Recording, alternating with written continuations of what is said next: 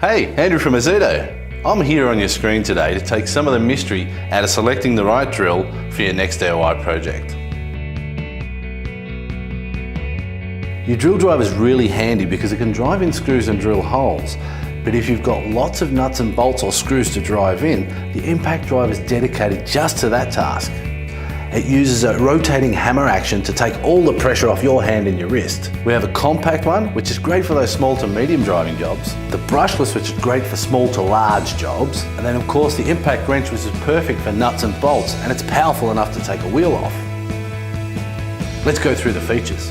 At the tip of the tool where all the action happens, there's a quick release chuck. Just above the trigger is a three-way switch. And if you're right-handed, use your trigger finger to put it in forward and your thumb to put it in reverse. And of course in the middle, locks the drill to prevent accidental startup, and great for storage or just for when not in use.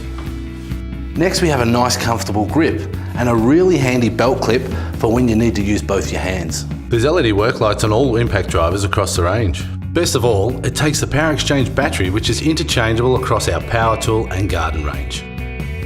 If you want to know any more, leave us some comments below.